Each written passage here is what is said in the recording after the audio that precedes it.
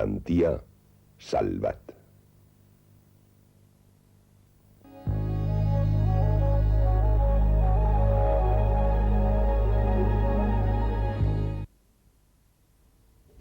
Buenas noches. Hoy dedicaremos nuestra hora de programa a la segunda mitad de la década de los 70. En el capítulo anterior de los años vividos, dejamos a nuestros personajes en el umbral de la transición democrática. Franco había muerto y con él habían finalizado cerca de 40 años de caudillaje. Se iniciaba otra etapa de la reciente historia de España con el reinado de Juan Carlos I. Repetimos, pues, década y protagonistas. Fueron los mismos jóvenes los que compartieron su juventud entre el ocaso de un régimen y el nacimiento de otro. La fecha del 20 de noviembre de 1975 marca la separación de dos épocas tan diferentes y tan intensas como para que nuestros personajes las diferenciaran en su memoria. Hoy nos hablarán de los años que van de 1975 a 1979, de una época llena de esperanzas pero salpicada de disturbios, de la reforma política, de la legalización de los partidos, de las elecciones democráticas, de la Constitución y del Estado de las autonomías, pero también de los cambios sociales que ya, desde la primera mitad de la década, empezaban a ser irreversibles.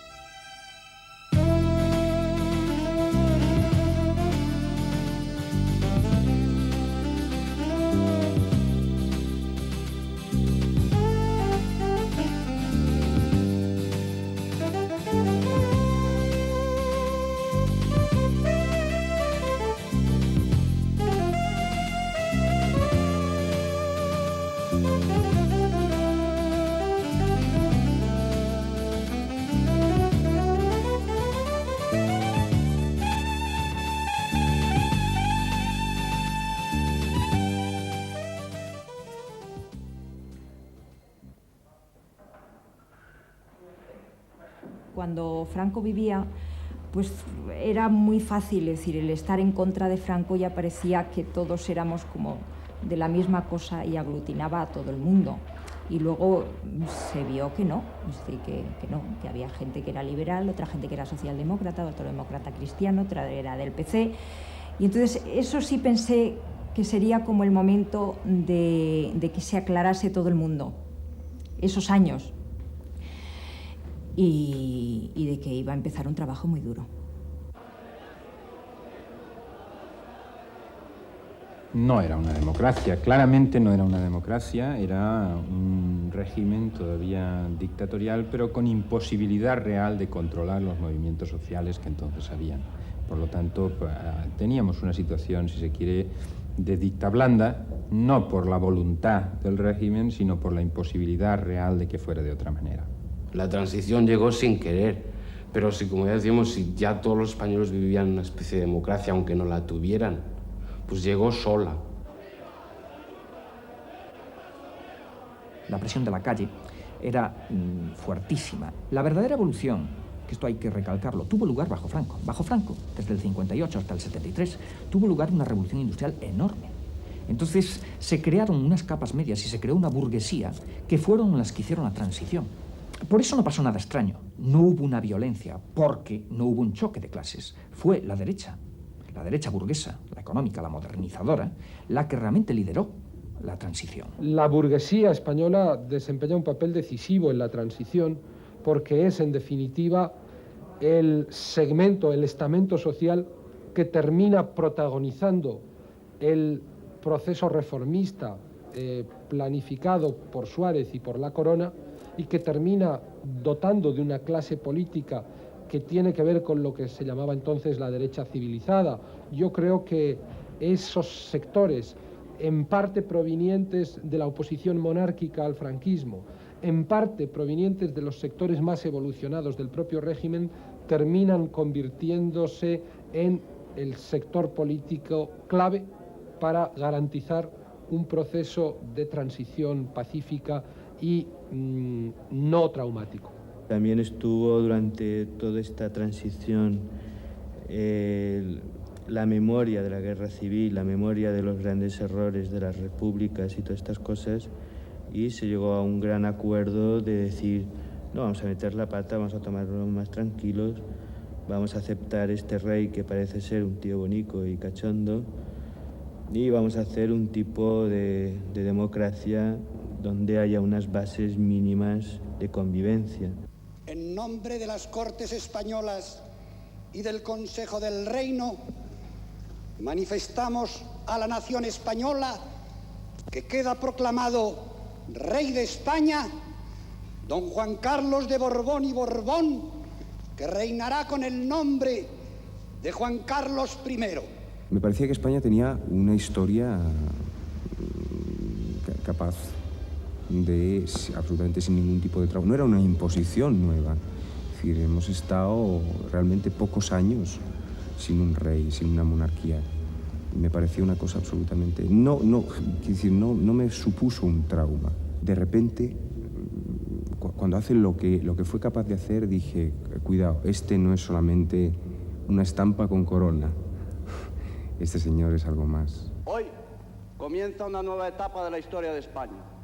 Esta etapa que hemos de recorrer juntos. Recuerdo ese discurso y además la sorpresa positiva que a todos nos produjo, porque lógicamente todos pensamos que Juan Carlos estaba en otras posiciones. Al fin y al cabo lo conocíamos de aparecer en las fotografías detrás del general Franco. Solo quienes habían tenido la oportunidad de conocerlo personalmente sabían y guardaban el secreto de que estaba por la democracia, como posteriormente todos descubrimos.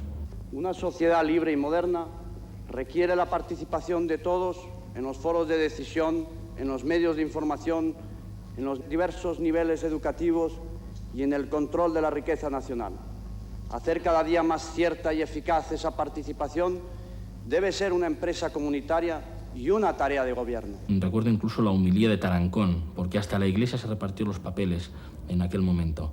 Fue el cardenal González Martín de Toledo el que estuvo oficiando las exequias del dictador y fue el cardenal Tarancón el que pronunció la homilía en la misa por la coronación del rey. Que sea el vuestro un reino de justicia en el que quepan todos sin discriminaciones, sin favoritismos, sometidos todos al imperio de la ley y puesta siempre la ley al servicio verdadero de la comunidad.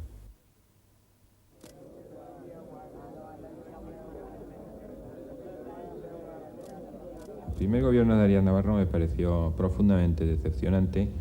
Todos, pienso yo, que esperábamos que hubiera un mayor proceso de liberalización. Veíamos, creo que todo el mundo, con desconfianza a Arias Navarro, ¿no? En fin, era un poco de no creer que ese señor pudiera hacer algún tipo de reforma. Yo tuve ocasión de entrevistarle para el ABC y me empezó contando que iba todas las mañanas al Valle de los Caídos a hablar con Franco.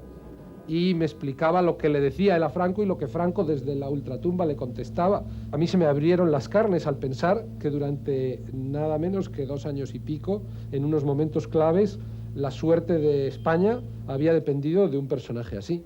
No, lo de Arias Navarro no nos lo creíamos nadie y, bueno, se abrió cierta esperanza, pues un señor, cuando nombraron a un señor de aspecto, pues de director de planta del Corte Inglés como presidente del gobierno, que es el caso de Adolfo Suárez, ¿no?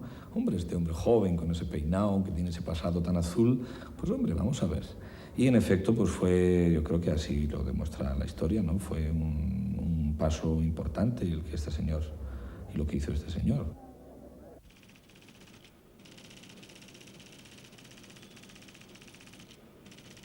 Yo recuerdo muy bien, estaba en el diario Telexpress y cuando salió esa noticia descolgué un teléfono. Cuando hay crisis se ponen todos directamente y no hay secretarias. Y recuerdo aquella tarde haber hablado con José María de Arailza, con Francisco Fernández Ordóñez, hablé también con Jordi Soletura, con Solé Barberá y todo el mundo se reía del nombre de Adolfo Suárez. Esa decisión del rey constituyó en líneas generales, yo creo que una sorpresa general para todo el país. Y la sensación que hubo fue una sensación, bueno, esto puede salir bien o puede ser una gran incógnita, ¿no? En el mejor de los casos, ¿no? Él pensó con acierto que para destruir el sistema franquista de una manera no convulsionante, de una manera relativamente pacífica, necesitaba a alguien que lo hiciera desde dentro. Y necesitaba también a alguien que, estando dentro, no tuviera suficientemente arraigados los valores franquistas como para tratar de conservarlos. Y yo creo que desde este punto de vista la decisión fue perfecta. Yo creo que ni Arailza ni ninguno de los otros personajes que en aquel momento se percibían como alternativas hubiera sido aceptado por lo que quedaba del régimen. Fue una sorpresa ver a Suárez, de golpe y porrazo, pues un hombre que no se le había oído mucho. Y fue una sorpresa también ver cómo enseguida acometió el tema de la ley de la reforma política. Todavía hay gente que yo creo que nos preguntamos cómo Torcuato Fernández Miranda y otros consiguieron convencer a los entonces procuradores para que se votase en las Cortes todavía franquistas aquella ley. Yo vi por televisión cómo los procuradores franquistas se hacían el harakiri. Y lo que hasta ese momento había sido inmutable fue mudado por ellos y fue enterrado. Me produjo mucha alegría, sinceramente. Don Fernando Acedo Rico Semprún. Sí. Don José María Adán García. Sí. Don Luis Aguilar Sanabria. No. Don José María Aguirre González. Sí. Yo creo que aquellos procuradores eran totalmente conscientes de que la única manera que tenían de salvar la cara y cambiarla y poder volverse a sentar, que era lo que ellos querían en aquellos mismos escaños, tenía que ser a través de una autodisolución primero y que sobre todo de que la gente se olvidara de quiénes eran ellos y qué es lo que habían estado defendiendo hasta el día anterior. Yo creo que todos los demócratas, o la inmensa mayoría, estábamos a favor de la ruptura, porque no creíamos que un régimen de aquellas características fuera capaz de transformarse a sí mismos y que tuviera personas como Adolfo Suárez y Torcuato Fernández Miranda, detrás de ellos el propio rey, con la capacidad para abrir el sistema sin romper la legalidad. Por eso estábamos en favor de la ruptura. Después fuimos suavizando nuestras posiciones a la vista de que la ruptura no éramos capaces de imponerla y sobre todo a la vista de que la reforma iba avanzando. El proyecto de ley ha sido aprobado. Se levanta la sesión.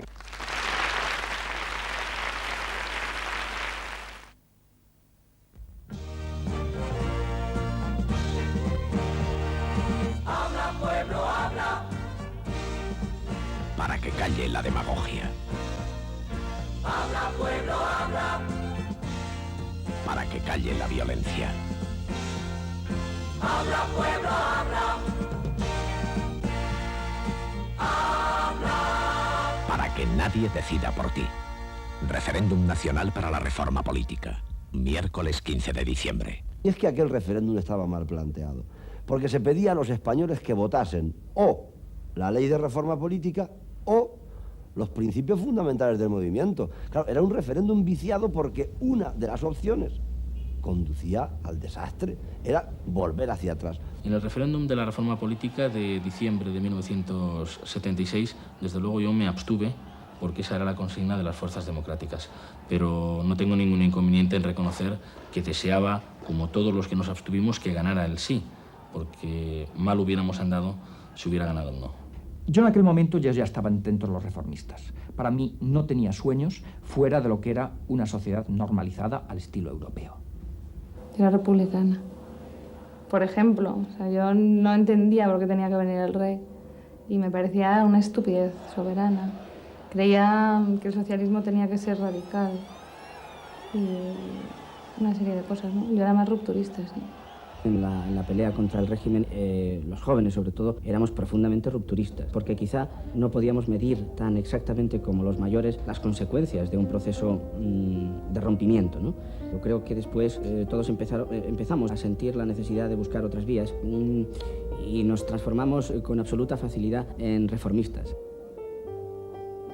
La gente quería claramente cambiar, pero no estaba dispuesta a asumir grandes riesgos desde el punto de vista de futuro. Por eso a mí me parece que hubo una moderación en las posiciones que se planteaban inicialmente, que se adaptaba mucho más a las peticiones reales de la sociedad después del referéndum para la reforma política. ¿Cómo? Y hubo mucho trajín y hubo que arrancar las cosas. Es que parece que las cosas se iban dando. Hombre, claro que se iban dando, porque si hubiesen querido no las habrían dado. Pero es que se arrancaron con todas nuestras fuerzas. Será fundamental que todos defendamos la unidad. A Víctor le detuvieron en Pamplona él hizo una canción, por eso que se hacían canciones inmediatas, ¿no? Para una cuestión puntual, ¿no?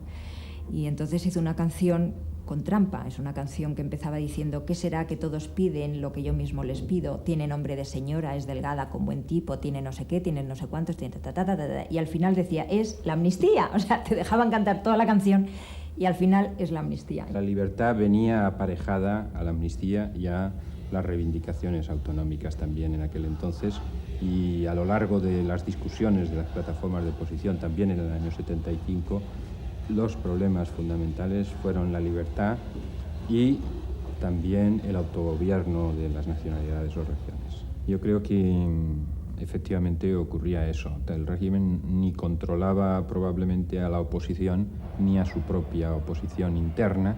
Estábamos convencidos que desde luego el pueblo español no era un pueblo fascista ni muchísimo menos, pero también estábamos convencidos de que la minoría fascista contaba con apoyos, ayudas y que por lo tanto campaban por sus anchas haciendo lo que querían, porque en aquel entonces pues no te daban una pequeña paliza, sino que llegaron a ver pues gente que fue matada por ellos, y entonces bueno, pues lógicamente nos preocupaba. También era un fenómeno muy de Madrid. Me acuerdo cuando iba por en ciertos barrios que veía a estos chiquillos así con el pelo muy cortito y la banderita nacional y eso, siempre era como empezar a ver si se veía hostias o qué, ¿no? En Barcelona había menos. Algunos de esos que obligaban a cantar el Carasó y eso, a mí nunca me tocó, pero tuvimos muchas broncas y pedradas y bueno, así.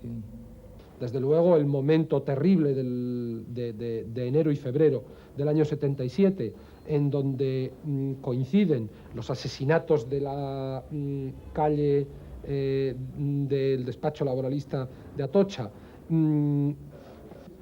y el secuestro por parte del Grapo, primero de Oriol y luego de Villaescusa, pues es un momento en el que todo lo que la nueva España desea parece estar en vilo como consecuencia de la actuación combinada de dos tipos de terrorismo.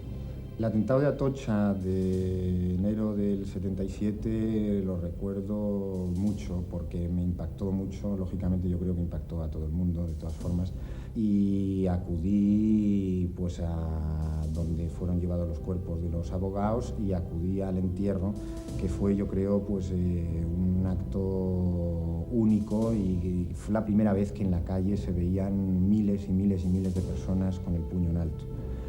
Había además un miedo, yo recuerdo que había un enorme miedo por qué podía suceder en el entierro. ha sido una de las páginas más dolorosas para nosotros. También uno de los acontecimientos en los que se dio una muestra absolutamente inequívoca de la profunda vocación democrática de los comunistas de este país. En definitiva, momentos muy delicados, muy complejos, con el fondo que decía antes de la situación grave de la economía española y con muchas reivindicaciones pendientes y sin experiencia democrática por parte de los ciudadanos y por lo tanto con riesgos. Yo lo recuerdo con alegría pero con riesgo también. El ruido de sables yo creo que hizo que muchas de las cosas que podían haber ocurrido no ocurrieron por el temor de que aquellos sables realmente llegaran a la realidad, ¿no? Yo en ese sentido todavía tengo, o sea, todavía hoy cuando ocurre, te tengo que confesar que ya últimamente casi nada, ¿no? Pero hasta hace 5 años, cada vez que había un atentado en España, siempre era, ay, ¿qué harán los militares, ¿no? Siempre como la angustia de pensar, decidirán salir, tomar ellos, pues el gobierno, que no les pertenece, puesto que no es su situación para nada, ¿no? Pero lo tengo muy clavado dentro y supongo que a mucha gente le va a pasar lo mismo, gente de mi edad o, por supuesto, gente mayor también. Nos acompañó el ruido de sables, era continuo. ¿Qué dirán? ¿Qué harán? ¿Cómo reaccionarán? Creo que en tal cuartel se ha dicho tal cosa, en otro se ha dicho tal otra. Bueno, el ruido de sables se ha referido siempre a determinada presión política que ejercían desde las Fuerzas Armadas, ¿no? Yo eso ya en los primeros años de la transición democrática es a lo que más me puedo referir de ello, ¿no? Uno de los fenómenos típicos de los años 70 es la aparición de un tipo de prensa no oficialista, de un tipo de prensa como en el terreno de las revistas supone, por ejemplo, Cambio 16 en el año 73-74, va a suponerlo luego, después, con el Destape, desde luego como palanca, Interview, lo que supone en el mundo de la prensa diaria, primero El País, el Diario 16 y el Periódico de Cataluña inmediatamente después. Los periódicos son para mí un termómetro muy claro de la sociedad a la que representan, ¿no? Y la representan con bastante fiabilidad y fineza, ¿no? Y claro, El País surgió así, en unas circunstancias históricas y sociales concretas, y por eso tuvo el éxito que tuvo, ¿no? O sea, que más bien no es que el País representara algo, es que el País era el reflejo de algo, que era un cambio tremendo, radical, de deseos, de situación, de vida real, ¿no? La prensa en la transición es ebullición, es enamoramiento con la clase política, todos juntos en los mismos autobuses, lo que luego, por supuesto, ha sido ruptura, porque como es lógico, cuando ya cada uno está en una acera y el otro está en la otra, ¿no? Pero en ese momento parecía que todos íbamos en el mismo viaje. Pero desde luego la prensa durante la transición los periodistas son como los reyes de la situación, ¿no? Ellos saben, controlan, dicen, ponen, quitan, comentan, tienen un enorme protagonismo. La idea de Destape está unida a la idea de conquista de parcelas de libertad y parece lógico que la nueva prensa, además de ampliar el ámbito del discurso político, también sea capaz de levantarle las faldas a las chicas. Eso es un fenómeno muy típico del Ecuador de los años 70. Que la gente pudiera tener desnudos en las revistas o películas donde salían cosas un poco más atrevidas que en la etapa anterior, a ver si esto, en fin, amortiguaba o suavizaba la imagen del régimen. Lo interpreté como una argucia del régimen que se quería suavizar en las formas y bueno, pues desviar la atención de la gente con este tipo de artimaña, ¿no? Después comprendí que no tenía que verlo solamente así, ¿no? Es decir, que era necesario y era bueno además darle carta naturaleza bueno, pues a la visión de un desnudo, que la gente culturalmente también avanzase en ese terreno, ¿no? Cuando venía a España, se venía en verano y entonces vi el Destape, pues ya los veías en televisión o veías Playboys o tal. Una euforia muy como repentina, pero que no lo han asimilado. Yo creo que todavía no lo ha asimilado la gente. Esa década fue fundamental, pues descubrir a Fellini, para mí por lo menos descubrir a Pasolini, me impactó muchísimo aquel Saló o 120 días de Sodoma.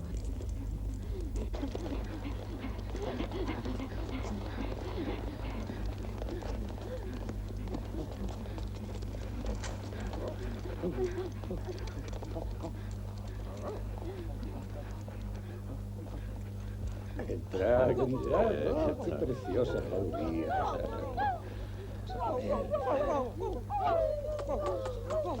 Vamos, cogedlo. Cogedlo. Pasolini, Fellini, el cine italiano estábamos por lo menos muy pendientes en aquella década, ¿no? Y aquí en España, pues bueno, pues quizá una película que me impactó muchísimo fue Furtivos, de Borao. Recuerdo aquella actuación memorable de Lola Gauss y de Ovidio Montllor y aquella historia, ¿no? También tanto que ver con todos esos momentos finales del franquismo, ¿no? Furtivos es una película que recuerdo mucho. Milagros es muy buena. Además sabe coser.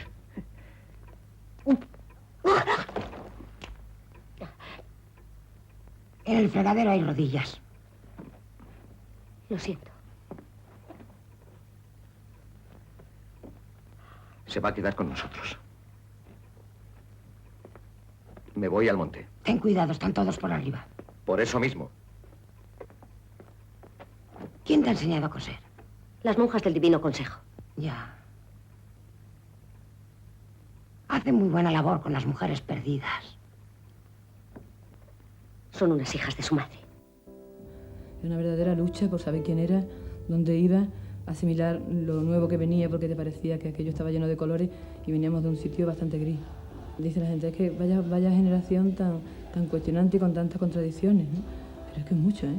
Yo creo que fue un revulsivo total, ya te digo, del medievo al siglo XX. Y nos tocó todos los pasos, vamos. Yo creo que no quedó títere con cabeza, ¿no? Yo creo que fue un momento en que los acontecimientos te sobrepasaban, iban mucho más rápido que yo creo que incluso lo que los partidos en ese momento intentaban hacer. Los acontecimientos, la gente en la calle, yo creo que eso fue un tirón. Ese es el momento en el que se bifurcan la derecha, y por un lado quedan los nostálgicos más vinculados al pasado, a través de Alianza Popular, los Siete Magníficos y todo ese montaje, y luego los sectores liberales, democristianos, socialdemócratas, que confluyen en la UCD y terminan pactando con los sectores más evolucionados del franquismo, con Adolfo Suárez como líder. Alianza Popular jugó un papel de alguna manera residual, pero también tuvo el mérito de integrar en el sistema a los principales sectores y estamentos del franquismo. Es decir, que en cierto sentido tuvo una contribución a la transición muy parecida a la del Partido Comunista, porque en el caso de que la derecha franquista nostálgica se hubiera quedado fuera del sistema, como en el caso de que los comunistas se hubieran quedado fuera del sistema, habría sido muy difícil estabilizar en torno a la corona y en torno a la Constitución la sociedad española. La formación de UCD supuso, como digo, la confluencia de sectores muy diversos.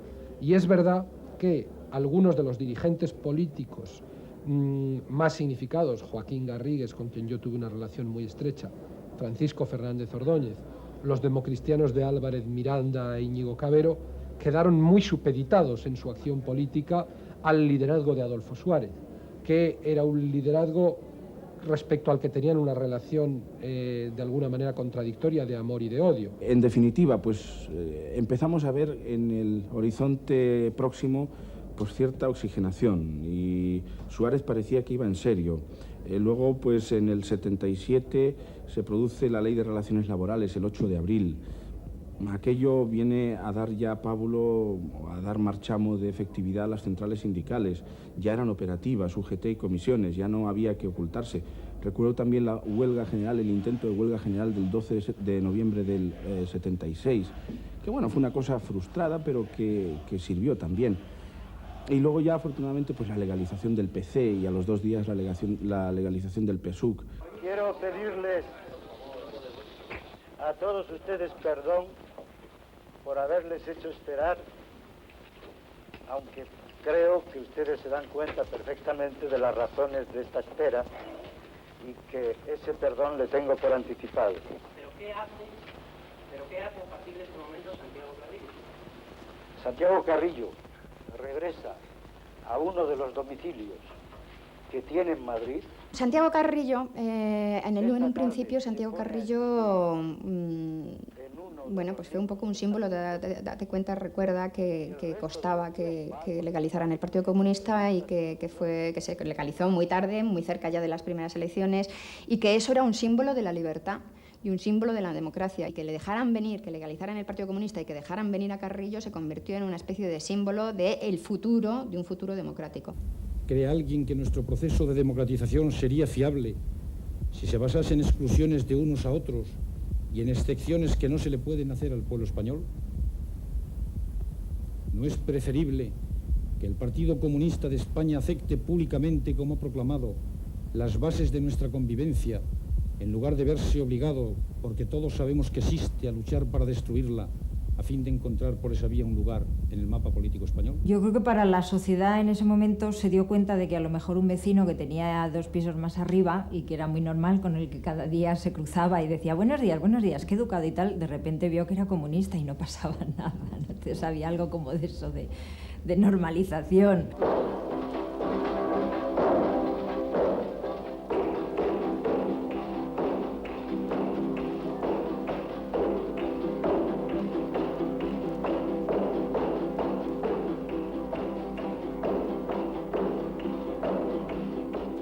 Gente del barrio, pues que nos veía, pues veía que no éramos criminales, ni que rompíamos las plantas, ni nos metíamos en el césped, ni pegábamos a los niños, ¿no? Yo creo que bueno, que hubo la sorpresa de que de repente se dieron cuenta de que gente normal como ellos, que trabajaban y que eran muy educados y que eran incluso simpáticos y podían ser incluso divertidos también, pues resulta que eran del PC. Yo recuerdo vívidamente la legalización del PC, pero de una forma extraordinaria. Estaba en Sevilla, era Semana Santa, Sábado Santo, y entonces entre la bulla, entre el follón de la gente, empezó a correr: han legalizado el PC, han legalizado el PC, ¿cómo han legalizado el PC? Y entonces la imagen que yo tengo es la Virgen ahí arriba, con todas las velas, las flores, las no sé qué, y toda la gente con un entusiasmo enloquecido. Esa mezcla, ¿no?, de legalización del PC por una parte y por otra la religión más española. Cuando se empezó a pedir la vuelta de Dolores, bueno, a Víctor se le ocurrió, y además yo creo que de las cosas mejores que se le han ocurrido en su vida, hacer una canción. Creo que además una canción bellísima. Veremos a Dolores caminar las calles de Madrid.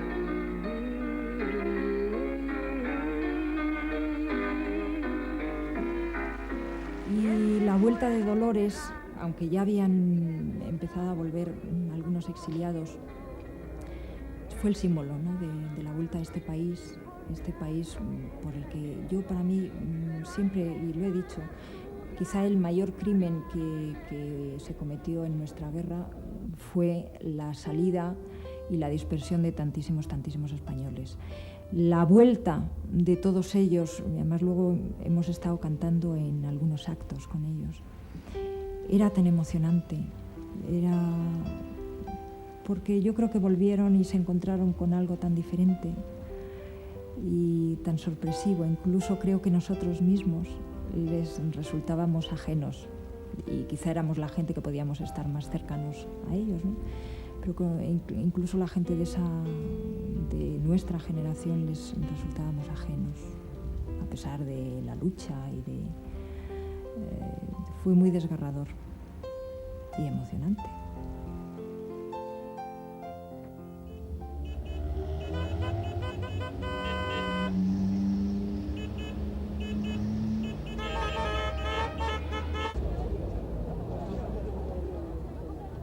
Cuando surgen las primeras elecciones democráticas, todo el mundo estaba pues con los cuatro monstruos, ¿no? Era un poco Felipe, Carrillo, Suárez y Fraga, ¿no?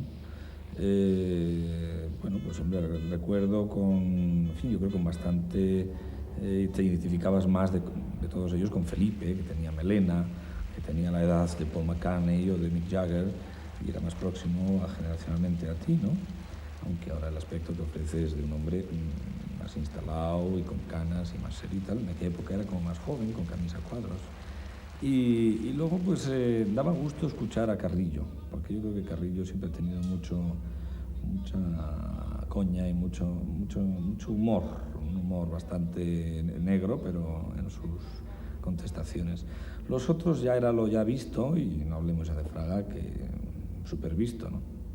Creo que la campaña de las elecciones, toda ella fue muy importante. Después de años y años de dictadura, ver por televisión spot publicitario electoral del Partido Comunista o de otros grupos de izquierda, pues era emocionante. Yo recuerdo que en aquel entonces me tragaba prácticamente todos los spots de todos los partidos de izquierda, con independencia de a cuál fuera yo a votar.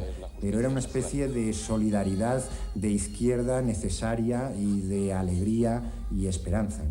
Esos momentos que no volverán, seguro, a no ser que volvamos a perder la libertad, que espero que no ocurra nunca, de entusiasmo colectivo, de que todos estábamos en lo mismo. Entonces, las primeras elecciones democráticas, la imagen que tengo son colas y colas de gente para votar y mucho entusiasmo, ¿no? Sobre todo, sí, yo creo que fue un momento glorioso de haberlo podido vivir. Ya ves, pues fíjate lo poco que me marcó, que me creía que era más tarde. No la recuerdo especialmente. No. ¿No? O sea, sé la importancia que ha tenido, pero ni sé el día y bueno, ni sé el año. El día que se celebran las primeras elecciones libres y sin ningún tipo de pucherazo, y demostrando que esto podía ser una democracia y no una república bananera, pues la verdad es que fue una gran alegría para todos, porque al fin y al cabo era la plasmación de aquello por lo que habíamos estado luchando. Hay una coalición electoral que incluso en estos números, insisto, con todo lo discutible que tengan, se acerca bastante a tener la mayoría absoluta en el Congreso, que pasa de la mayoría absoluta en el Senado. La victoria de UCD y en general aquellas primeras elecciones se vivieron como una gran verbena de la libertad. Fue una especie de estreno para todos. Y la noche electoral del 15 de junio fue especialmente mágica, especialmente atractiva. Yo recuerdo que estuve tanto en el cuartel general de la UCD, donde había un gran show, una gran fiesta a la americana, con todo tipo de manifestaciones de alegría. Y también recuerdo cómo en la sede del PSOE se disparó también la euforia y había gritos de "Oa, oa, oa, Felipe a la Moncloa", por el estupendo resultado que habían conseguido. En las primeras elecciones, recuerdo que los votos hacia el PSUV fueron altísimos, ¿no? O sea, realmente pensamos que aquello tenía futuro, ¿no? Luego se ha demostrado que no tenía. Es verdad que había aspiraciones fundadas, ¿no?, de haber logrado un resultado mejor, haber obtenido un mayor número de diputados y demás. Pero si he de ser sincero, el resultado aquel no me provocó, no me produjo un desasosiego, un desencanto, ninguna frustración. No hubo decepción en absoluto del resultado del 15 de junio. Si aquel día, el 15 de junio, hubiera ganado la izquierda, yo tengo la impresión que se hubiera acabado el sistema democrático. Sin embargo, ganó quien tenía que ganar. Se dio un castigo electoral muy importante a todos los que intentaban pervivir de forma electoral el franquismo, y hubo cantidad de ministros que quedaron sin acta de diputado, exministros de Franco. Esta fue el gran terremoto político, que en las primeras elecciones generales que hubo en España, la suma de personalidades que habían tenido tanto peso como Fraga, Silva Muñoz, López Rodó, Martínez Esteruelas, Fernández de la Mora, cuando se juntaron, la España oficial que quedaba del franquismo pensaba que eso iba a ser una máquina, una auténtica pisonadora política, y sin embargo en las primeras elecciones obtuvieron menos escaños que el Partido Comunista. Aquello fue una auténtica conmoción, tan importante que casi no se valoró suficientemente lo que significó el gran resultado como segunda fuerza del Partido Socialista. Yo creo que aquel día se vio que España era un país progresista, se anunció los resultados del Partido Socialista y del Partido Comunista, que fueron importantes, quedó claro que no se quería el franquismo, y la primera oportunidad de consulta allí quedó demostrado, y que España estaba pues en un centro escorado hacia la izquierda, que al fin y al cabo estaba en sintonía perfectamente con los países de nuestro entorno cultural. Cuando en el año 1977 se abren las Cortes, que son Cortes constituyentes, para hacer la Constitución, había emoción, algo de miedo, sorpresa, muchos sentimientos contenidos, porque por primera vez, después de muchas décadas, se van a juntar socialistas y falangistas. Se van a juntar comunistas y los representantes más claros del anterior régimen. En los pasillos había cierto miedo. Me ha contado un ministro de aquel momento que se preguntaban entre ellos, bueno, ¿y qué harán los comunistas? ¿Cantarán la Internacional? ¿Dónde se sentarán? ¿Nosotros qué tendremos que hacer si somos insultados? Había ese nivel de desconcierto, que por cierto le tocó presidir aquella sesión a Dolores Ibarru y a la Pasionaria, que indudablemente pues era un signo que no podía escapar a ningún titular de quien conociera la reciente historia de España. Creo que fue allá por el 23 de septiembre, me parece que era un domingo, de 1977, cuando Tarradellas llegó a Barcelona, allá pronunció aquella famosa frase que creo que se ha quedado en la mente de todos, el "ja soc aquí". Ciutadans de Catalunya, ja soc aquí.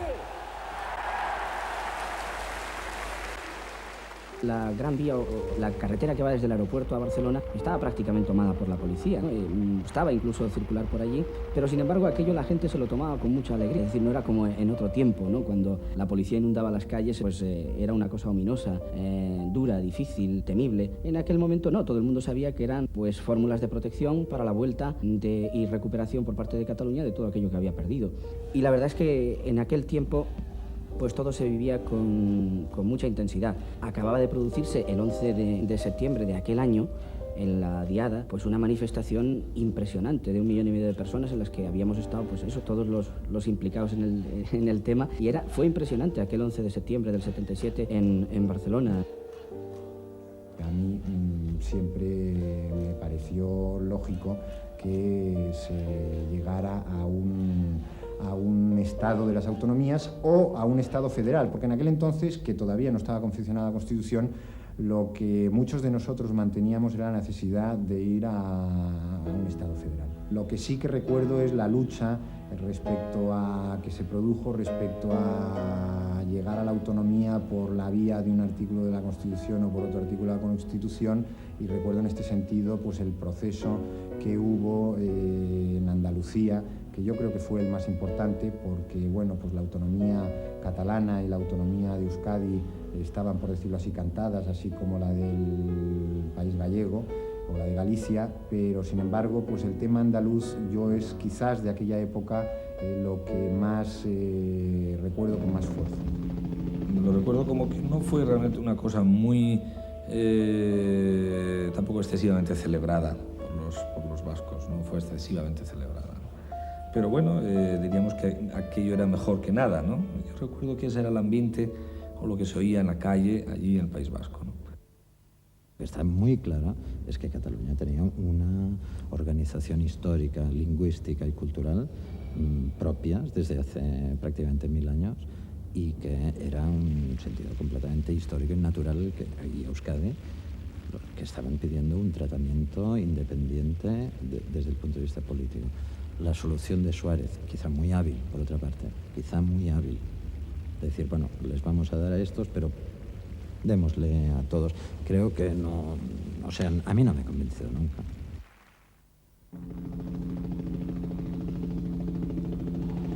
Yo creo que en todos los grandes cambios siempre existen fenómenos en los primeros momentos de gran exaltación, de gran idealismo, de gran misticismo, de gran esperanza, ¿no? Y luego la realidad va reduciendo los márgenes de esas esperanzas, ¿no? En un determinado momento eso dio origen a esa denominación del desencanto, ¿no? Es decir, el país, es decir, los problemas del país había que solucionarlos luego desde la acción de gobierno, y hay aciertos y hay errores y hay realidades que se pueden vencer o problemas que se pueden vencer más que en otros, y bueno, ahí influye la realidad y eso es lo que produce el desencanto, ¿no? Es que las cosas no fueron de la noche a la mañana, ¿no? Y entonces pues cada día te ibas dando cuenta que el país iba moviéndose, y con el Suárez también. Y bueno, lo ibas aceptando. Y se lo supo hacer muy bien en aquel momento. Y un tío que, bueno, que chupaba de aquí para allá, un tío rápido. Creo que, no sé, lo hizo muy bien lo que tuvo que hacer.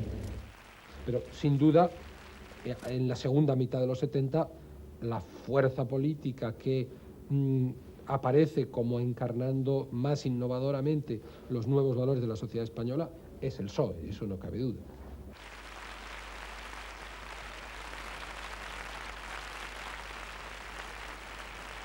Durante los años 70 se produce un fenómeno importantísimo en la familia socialista. De una parte, acaba la década con la unión del Partido Socialista de Tierno Galván y el gran Partido Socialista Obrero Español. Se produce además la fusión y la unidad de todos los socialistas en torno al Partido Socialista. Eso ocurre en la década de los 70. Lo importante verdaderamente de este Congreso, para que estemos todos en la dimensión de lo que pasa, es que cuando se acabó de discutir el problema de lo bueno y lo malo, lo justo y lo injusto, Marx o no Marx, el 20% de la sala resistió en sus asientos y el 80% de la sala se fue de aquí. Recuerdo cuando Felipe González, digamos que echó un pulso a la base del Partido Socialista. Y además yo recuerdo, quizás esté equivocado, pero no creo estarlo, que la base en aquel entonces del Partido Socialista era fundamentalmente marxista. Y él en el Congreso, no recuerdo el número del Congreso, planteó el abandono de la definición marxista del partido y cómo, pues, en vista de que no prosperaban sus tesis o tenía dificultades en que prosperasen, pues presentó la dimisión. Jugando con su prestigio personal o incluso con la expectativa de futuro. No se puede tomar a Marx como un todo absoluto, compañero. No se puede. Hay que hacerlo críticamente. Hay que ser socialistas antes que marxistas.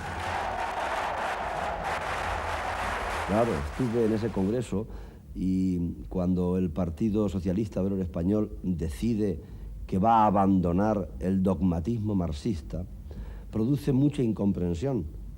En algunos ámbitos, realmente, cuando se ve con cierta distancia, lo que ocurrió fue que Felipe González hizo una propuesta que se adelantó 12 años a la caída del muro de Berlín. Había que abandonar aquel término, no por conveniencia, sino por convicción, por coherencia. Y ahí el PSOE creo que fue un adelantado a los demás partidos socialistas europeos. El Partido Comunista, yo recuerdo que sufrió un proceso parecido en relación con uno de los temas que yo recuerdo claramente es la bandera. Y recuerdo incluso que durante toda una época, pues todo acto del Partido Comunista para confirmar esta adopción, por decirlo así, siempre había una bandera española ahí, ¿no? Los que silban no saben que no hay color morado que valga una nueva guerra civil entre los españoles. Y lo mismo respecto del tema de la monarquía. En un momento dado, pues a pesar de que Santiago Carrillo a través de sus escritos pues había ya sugerido el aceptar la monarquía constitucional, pero formalmente en un momento dado pues esto se hizo de forma expresa. Una democracia a la que habíamos accedido de manera ejemplar, pero que no se podía considerar segura. Cada paso que se daba en ese sentido, es decir, de lograr un mayor consenso, era un paso que había que saludarlo, ¿no? Había que verlo como un paso en la buena dirección. Aunque el precio que haya habido que pagar por ello es muy alto, o haya sido muy alto, especialmente para algunos, ¿no? El proceso de transición fue modélico.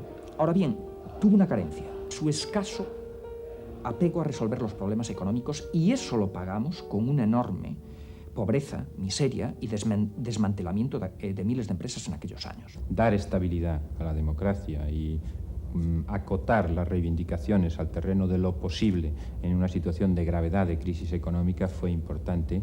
Yo creo que eso fue un éxito político importante de la democracia española, el conseguir los acuerdos de la Moncloa. No terminaba yo al principio de comprender cómo era posible que todo un ámbito político que va desde el Partido Comunista hasta la entonces Alianza Popular pues llegara a suscribir ahí unos pactos con Adolfo Suárez, entonces presidente del gobierno.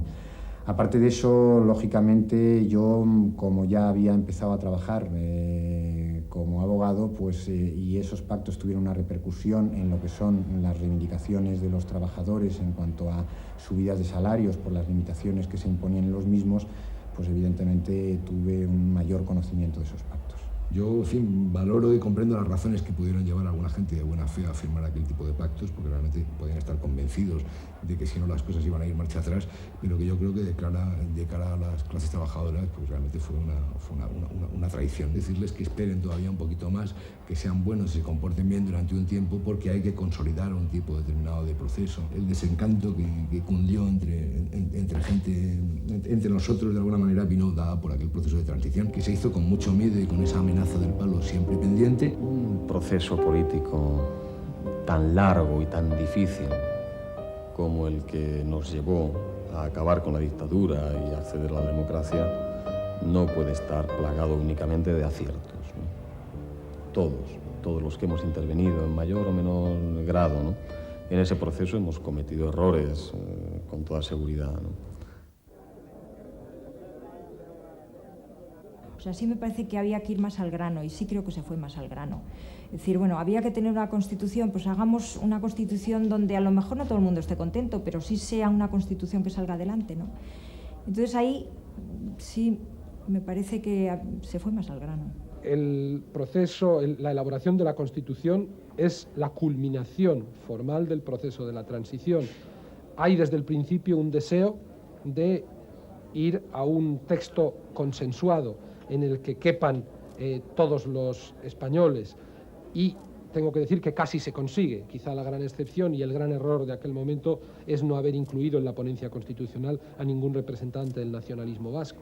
Yo la Constitución la recuerdo, la primera impresión que tengo de la Constitución, pues diría o lo definiría con un término: suficiente.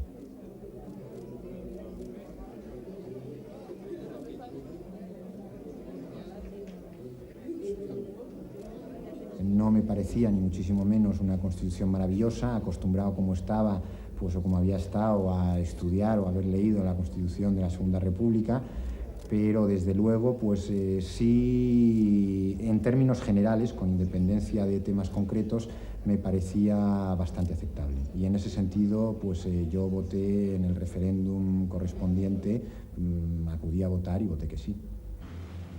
Las incidencias del día han sido escasas, yo diría que nulas, mínimas en comparación con el montaje de 46.000 mesas de presidentes, de adjuntos, de interventores. Las incidencias, insisto, han sido mínimas. Los votos afirmativos suponen el 87,16% del total de los votos. Como expresión de los momentos históricos que estamos viviendo, y cuando acabo de sancionar como rey de España la Constitución aprobada por las Cortes y ratificada por el pueblo español, quiero que mis palabras, breves y sencillas, sean ante todo de agradecimiento hacia los miembros y grupos de estas cámaras que han elaborado la norma fundamental por la que ha de regirse nuestra convivencia democrática. Empieza a aparecer un nuevo modo de actuar en España, en donde no se busca la eliminación, la aniquilación del adversario, sino que se pretende integrar a todos los sectores en un proyecto común. Creo que es algo de lo que en líneas generales podemos sentirnos orgullosos de haber vivido. Por un lado, es un momento de grandes esperanzas, de grandes ilusiones. Por otro lado, de perplejidades, incertidumbres y temores. Quizá esa frase que algunas veces se ha citado de Gramsci, dice: cuando lo viejo todavía no ha muerto y lo nuevo no ha conseguido terminar de nacer, entonces hay crisis. Yo creo que los años 70 son la historia de una gran crisis, al final con un happy end, con un final feliz.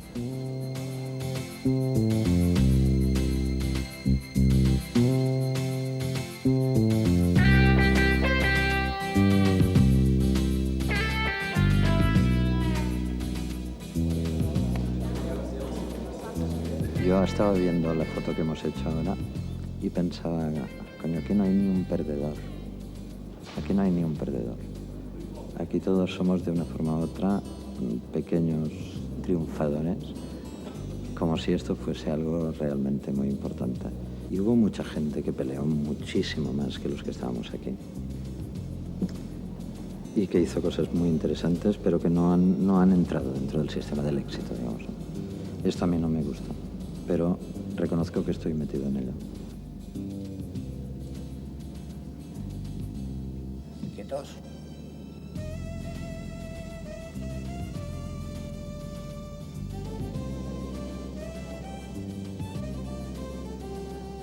A ver, Luz, cambia de posición.